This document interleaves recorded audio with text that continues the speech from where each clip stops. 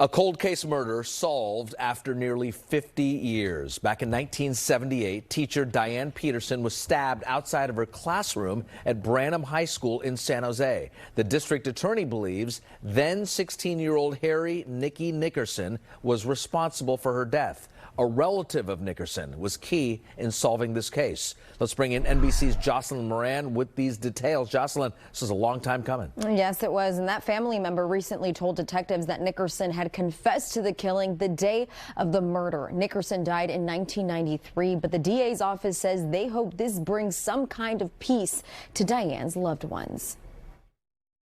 Just because a suspect is dead doesn't mean we give up.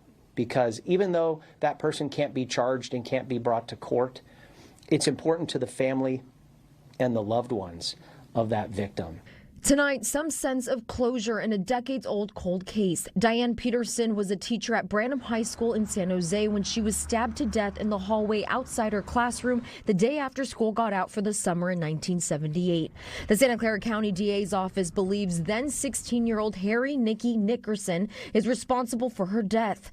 A family member of Nickerson recently told detectives he had confessed to the crime. This person has been keeping this secret for decades. This person was a close person to Mr. Nickerson. Nickerson had been a suspect in the killing. A 1978 booking photo of him 4 days after the killing bore a strong similarity to a sketch based on eyewitness accounts of the attack. And in 1983, the family of a Branham student alerted police that their son claimed to have seen the killing and identified Nickerson as the one responsible.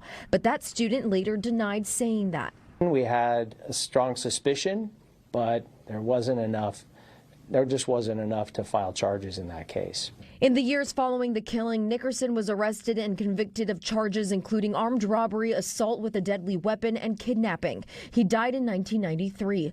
Law enforcement consultant Michael Leninger tells us he remembers this case as a teenager and would think about it when he joined San Jose Police. And I had friends that attended that school, and I remember we all talked about it.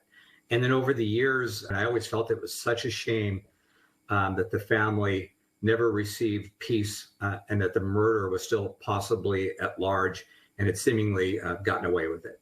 He says he thinks this also sends a message to the community. Law enforcement has not given up, does not give up, and they'll keep going, and they'll keep going until they get a resolution. And the DA's office said Diane's family was appreciative and thankful for the detectives who worked on this case. Nickerson was not a student at the high school. The detectives weren't able to pin down a specific motive, but the original detective theorized that Diane Peterson may have inadvertently come across a drug deal. Jess. Okay, thank you very much.